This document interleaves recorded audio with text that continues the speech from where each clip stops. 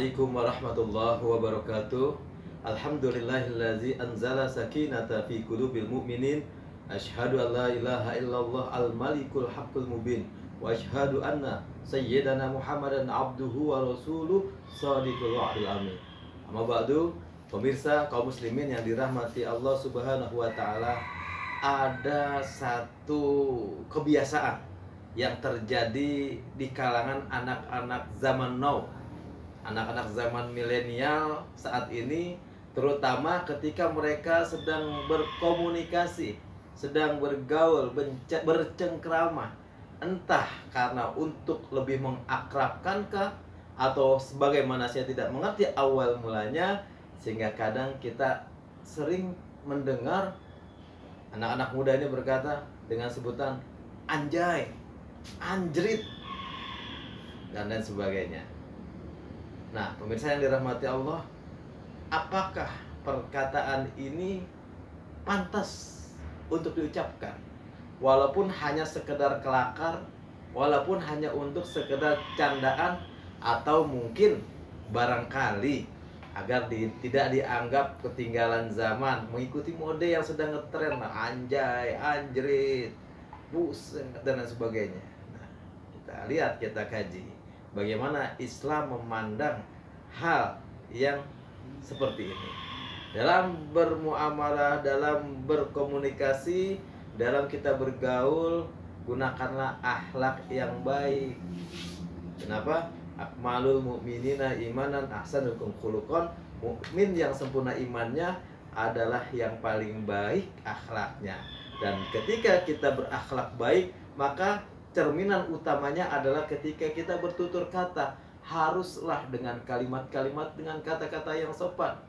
Kalimat anjay, anjrit, ini kadang apakah mereka yang mengucapkannya tahu maknanya atau tidak? Wallahu a'lam. Nah, sekarang yang belum tahu, saya beritahu. Yang sudah tahu, agar menjadi tahu bahwa ucapan ini tidak bagus sebenarnya diucapkan, walaupun kelihatannya untuk mengikuti tren, agar dikata anak gaul, anak milenial. Jadi anjay atau anjrit ini adalah artinya apa? Maaf, anjing.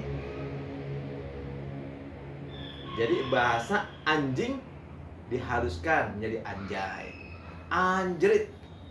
Dia lagi yang menang, bukan gue, misalnya. Nah, kelihatannya diperhalus kalimat ini, tetapi artinya tetap anjing. Maaf, kasar, tidak baik, buruk. Nah, bagaimana Islam memandang? Allah Subhanahu wa taala di dalam Al-Qur'an, surat Al-Hujurat ayat ke-11, itu panjang sekali. Mulai dari auzubillahi minasyaitonirrajim, ya ayyuhallazina amanu la yaskhar qaumun min qaumin. Janganlah sebagian kaum mengolok-olok, mencela kaum yang lain, karena boleh jadi yang diolok-olok lebih baik dari yang mengolok-olok. Nah, pada penekanannya di situ disebutkan wala tanabazu bil alqab. Dan janganlah kalian memanggil orang dengan gelar atau sebutan yang buruk. Bisa ismul fusuq ba'da iman. Sesungguhnya perkataan yang buruk adalah setelah iman. Pemirsa yang dirahmati Allah Subhanahu wa taala.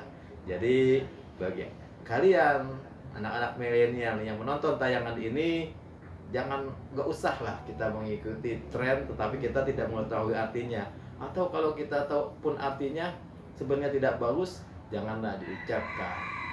Di dalam kitab Al-Musannaf diriwayatkan dari Ibnu Abi Saibah, di mana Rasulullah bersabda, iza qala ar-rajulu lir-rajul himaru, ya himar, ya kalbu, ya khinzir. Apabila ada seorang laki-laki berkata kepada seorang laki lainnya, ya himar, wahai keledai, ya kalbu, wahai anjing, ya khinzir, wahai keledai, maka qala Allahu lahu yaumal qiyamah, Allah akan berkata kepadanya di hari kiamat, aturani khuliqtu kalban au khimaran au khinzir. Apakah kalian melihat bahwa aku menciptakan ia sebagai keledai, sebagai anjing, atau sebagai babi? Allah marah dengan ucapan yang kelihatannya sepele ini. Jadi sekali lagi, yuk kita bertutur kata yang baik.